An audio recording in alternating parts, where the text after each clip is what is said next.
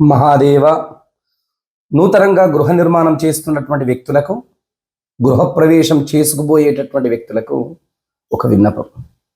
గృహప్రవేశానికి ముందుగా ప్రధానంగా గ్రామాలలో ఒక బలి అనేటటువంటి కార్యక్రమం చేస్తున్నారు.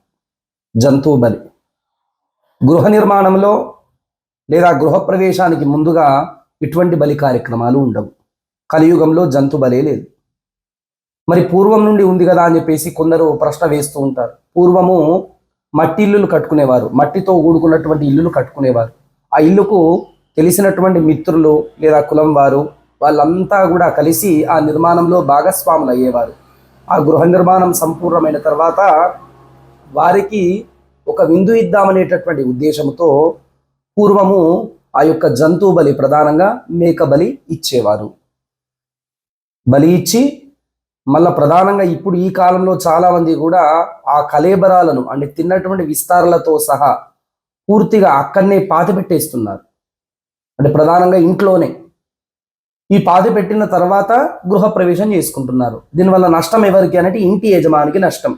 ఎందుకనంటే ఎంత గొప్ప దైవాది కార్యక్రమాలు చేసుకున్నా కూడా ఒక శ్మశానంలో ఉన్నటువంటి సమాధి పైన ఏ విధంగా పూజ చేస్తే ఫలితం రాదో, మన ఇంట్లో కూడా ఆ చనిపోయినటువంటి ఆ బలి ఇచ్చినటువంటి మేక యొక్క కళేబరాలు ఉంచి దానిపైన పూజ చేసుకోవడం వల్ల అంతే ఉపయోగం, ఫలితం ఉంటుంది. కాబట్టి బలి కార్యక్రమాలు దయచేసి ఇప్పటికైనా కూడా ఆపేయండి. విశేషమైనటువంటి పూజలు వచ్చినా కూడా బలి కార్యక్రమాలు చేస్తున్నారు. ఇంకొకటి, ద్వారాలు అంటే ఇల్లుకు సంబంధించినటువంటి తలుపులు సంపూర్ణం అవ్వకన్నా ముందే, రంగులు వేయకన్నా ముందే గృహప్రవేశం చేస్తున్నారు. దీనివల్ల కూడా విశేషమైనటువంటి నష్టం వాటిల్లుతుంది.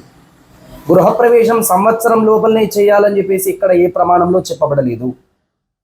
పూర్వము ఈ సంవత్సరం ఇల్లు కట్టుకున్న తర్వాత ప్రవేశం చేసుకుని వచ్చే సంవత్సరం పిల్లల వివాహం చేద్దామనేటటువంటి ఉద్దేశంతో మన పూర్వకాలం వ్యక్తులంతా కూడా ఆ విధంగా ఆచరించేవారు. కాబట్టి ఈ సంవత్సరం బాధ్యత అయిపోయింది, వచ్చే సంవత్సరం ప్రారంభంలో వివాహం గురించి ఆలోచిద్దామని ఈ కాలంలో కూడా ఆ ప్రమాణాన్ని ఫాలో అవుతున్నారు. కాబట్టి సంవత్సరం లోపల గృహప్రవేశం అని ఇక్కడ కూడా ఏ శాస్త్రంలో లేదు. బలి కార్యక్రమాలు దయచేసి ఇంట్లో చేసుకోకండి. మీరు ఎంత అద్భుతమైనటువంటి పూజలు చేసినా కూడా దాని యొక్క ఫలితము శూన్యము. గమనించండి.